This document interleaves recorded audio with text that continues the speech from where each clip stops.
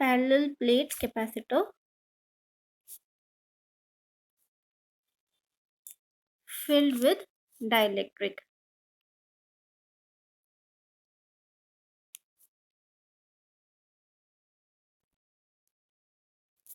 ठीक है, that means इस तरह से कुछ हो जाएगा। ये पैरेलल प्लेट कैपेसिटर्स है, दो, ए और बी। ठीक है, the potential difference between these two is V and the distance between these two is D।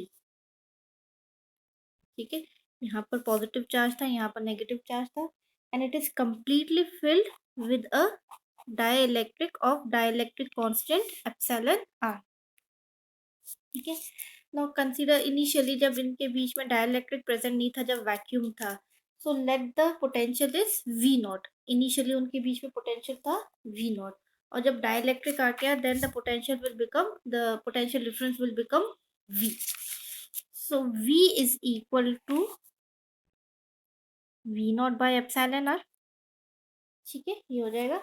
No C का फॉर्मूला होता है Q naught upon V, that is total charge upon potential. तो total charge upon V हम कहेंगे, ना V की जगह में V not upon epsilon R introduce करना है। ठीक है, एप्सिलॉन R सेकंड डिनोमिनेटर है, ऊपर चला जाएगा, तो that is Q naught upon V not epsilon R। Now Q not V not ये क्या है, Q upon V is the capacitance of this capacitor, और वो भी कब, Q naught upon V not कब था, जब वैक्यूम था। ठीक है, तो ये हमने C निकाला है। तो जब वैक्यूम था उस समय क्या था, capacitance Q naught upon V naught, initial charge upon initial potential difference, तो that is equal to C naught epsilon R। या और अगर पैरेलल प्लेट कैपेसिटर का अगर हम फॉर्मूला यहाँ पे यूज करते हैं तो ये हो जाएगा, पैरेलल प्लेट कैपेसिटर का फॉर्मूला होता है epsilon naught A upon D। तो दैट मीन्स कि जो कैपेसिटेंस है, जब हमने डाइलेक्ट्रिक इसके अंदर इंट्रोड्यूस किया तो जो कैपेसिटी होगी, जो कैपेसिटेंस होगा, that will be epsilon R times of the initial capacitance, वो इतना इंक्रीज हो जाएगा। तो C is greater than C not. ये कब कंडीशन आएगी, व्हेन डाइलेक्ट्रिक इज फिल्ड और completely filled between the plates. लेकिन अगर मान लो ऐसा नहीं होता, ये कंप्लीटली फिल्ड नहीं हुआ, ये पार्शियली फिल्ड हुआ, लाइक अगर इस तरह से कोई कंडीशन है, these are the two plates and the potential difference। अच्छा पहले प्लेट लिख देते हैं A और B। ठीक है ना,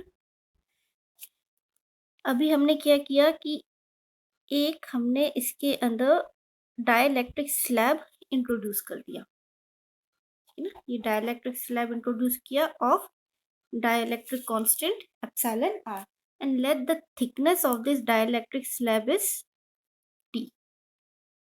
ठीक है, और ये टोटल A और B के बीच में the distance is D। Total ये D था, उसमें हमने T थिकनेस का एक डाइलेक्ट्रिक स्लैब हमने इंट्रोड्यूस कर दिया। यहाँ पे थे plus charges, because of the polarization dielectric slab के ये वाले साइड पे कैसा हो जाएगा, नेगेटिव चार्जेस। यहाँ पर थे नेगेटिव चार्जेस, तो बिकॉज ऑफ पोलराइजेशन ये वाला साइड डाइलेक्ट्रिक का यहाँ पर आ जाएंगे, इंड्यूस्ड हो जाएंगे पॉजिटिव चार्जेस। ठीक है, इनिशियली जो इसका इलेक्ट्रिक फील्ड था, initial electric field we know that E naught is equal to sigma upon epsilon naught, और अगर Q के टर्म्स में बात करें तो Q upon epsilon naught A। ये इसका इनिशियल था when there is no dielectric slab. जब डाइलेक्ट्रिक स्लैब आ गया with dielectric slab, so E is equal to E naught upon epsilon R। ठीक है ना, 1 बाय एप्सिलॉन R हो जाएगा electric field. Now we will find out the total potential. अब देखो पोटेंशियल दो रीजन्स की वजह से हो गया। अब ये जो पूरा जो A और B का जो रीजन था, ठीक है ना, अब ये क्या हो गया, दो पार्ट्स में डिवाइड हो गया। एक तो वो वाला पार्ट जहाँ पर डाइलेक्ट्रिक प्रेजेंट है, और एक वो वाला पार्ट जहाँ पर कुछ भी प्रेजेंट नहीं है, वैक्यूम है, ये इतना, ये वाला पार्ट और ये वाला पार्ट। ठीक है, तो हम इसको कैसे अलग कर सकते हैं? The region in which dielectric is not present, region in which dielectric is not present, वो कितना हो जाएगा? d माइनस टी, क्योंकि वो टोटल d था, ठीक है ना, ये टोटल पार्ट d था, इसमें से ये डाइलेक्ट्रिक स्लैब वाला पार्ट मैंने हटा दिया, ठीक है ना, तो कितना बच गया? d माइनस टी, तो टोटल कितना है? d minus T. Now consider ये जो एम्प्टी वाला पार्ट है जहां पर एयर प्रेजेंट है, वहां पर पोटेंशियल डिफरेंस है v, चलो v1 ले लेते हैं, v1, और यहाँ पर पोटेंशियल डिफरेंस है v2, और यहाँ पर भी कितना हो जाएगा? v1, ठीक है ना। ये जहां जहां पे एयर है या फिर वैक्यूम है वहां पर potential difference is v1, and जो डाइलेक्ट्रिक स्लैब है उसके उसके अंदर जो पोटेंशियल डिफरेंस है that is v2। So according to the principle of superposition, total v is equal to v1 plus v2, total potential हो जाएगा। और v1 किसकी वजह से था? एयर की वजह से, एयर यहाँ जो भी हमने वैक्यूम लिया था, ठीक है, तो v1 कितना आ जाएगा? ई नॉट, और इसके बीच में डिफरेंस, मतलब ये जो भी डिस्टेंस है दो प्लेट्स के बीच में, कितना बचा है? d माइनस टी, वो वाला पार्ट जितने में एयर प्रेजेंट है या फिर वैक्यूम प्रेजेंट है, जहां डाइलेक्ट्रिक प्रेजेंट नहीं है, तो v1 तो हो जाएगा E naught D minus T, और v2 हो जाएगा ई, इसकी थिकनेस है t, ठीक है ना। ई इसलिए क्योंकि ये जो फील्ड बना है, इसका जो इलेक्ट्रिक फील्ड बना है, यहाँ पर हमने इलेक्ट्रिक फील्ड कितना लिया है? ई लिया है, और बाहर जो इलेक्ट्रिक फील्ड है दैट इज ई नॉट, ये एयर के लिए या वैक्यूम के लिए, और ये डाइलेक्ट्रिक के लिए। तो वही करेंगे यहाँ पर, टोटल v1 प्लस v2 करेंगे, that is E naught D minus T plus E T. Now in place of E we can write E naught upon epsilon R, because हमने निकाला था कि that E is equal to E naught upon epsilon R, इसको we can substitute here, so total v is equal to e naught d minus t plus, in place of e naught upon epsilon r और t, e naught common निकल जाएगा, e naught हमने common ले लिया, यहाँ पर बच गया d माइनस टी और plus t bye epsilon r। इसको और फर्दर हम सॉल्व कर सकते हैं, जैसे यहाँ ये इसके अंदर तीन टर्म्स है, डी टी और टी बाय एप्सिलॉन आर, तो ये टी, ये जो दो टर्म्स है टी वाले, इनमें से भी हम टी कॉमन ले सकते हैं, तो ये आ जाएगा E naught D minus T, minus, देखो माइनस टी कॉमन लिया तो यहाँ पर क्या बच जाएगा? 1, और यहाँ पर बचेगा माइनस 1 अपॉन एप्सिलॉन आर, क्योंकि हमने माइनस टी कॉमन लिया है, ठीक है, तो माइनस, अगर ब्रैकेट ओपन करेंगे तो माइनस माइनस प्लस हो जाएगा। Now E naught का formula will substitute here, E naught का formula Q upon epsilon naught A, Q upon epsilon naught A, and जो हमारे पास ब्रैकेट में था D minus T 1 minus 1 by epsilon R, ठीक है। अभी हमने ये क्या निकाला है? V निकाला है। अगर हमें कैपेसिटेंस चाहिए, C is equal to Q naught upon V, ठीक है। सो क्यू नॉट, या फिर ये जो हम यूज कर रहे थे ये भी कितना था? क्यू नॉट ही था, इनिशियल चार्ज, यहाँ इसको हम सिर्फ क्यू ही रहने देते हैं,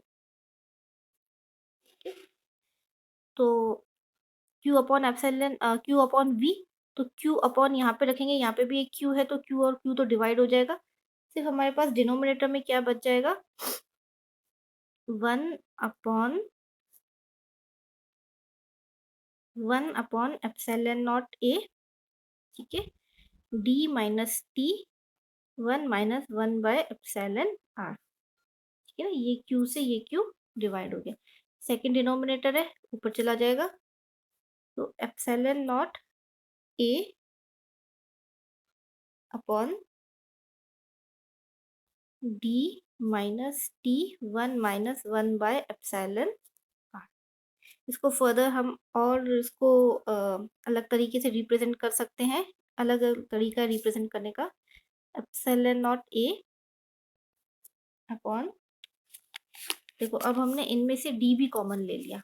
अब सेकेंड टर्म में डी नहीं है, देखो डी कैसे इंट्रोड्यूस करते हैं हम, ये डी मैंने कॉमन ले लिया, तो यहाँ ब्रैकेट में यहाँ पर तो क्या आ गया 1, यहाँ पर डी नहीं था तो हमने क्या अज्यूम कर लिया कि हमने इसको डी से मल्टीप्लाई किया और डी से डिवाइड किया, तो जो मल्टीप्लिकेशन वाला डी था वो तो कॉमन आ गया, डिवीजन वाला डी रह गया, minus T by D 1 minus 1 by epsilon R. ठीक है, ना epsilon naught A upon D, ये इनिशियल जो हमारा कैपेसिटी थी when there is no dielectric slab, so that is equal to C naught upon 1 minus T by D 1 minus 1 by epsilon R।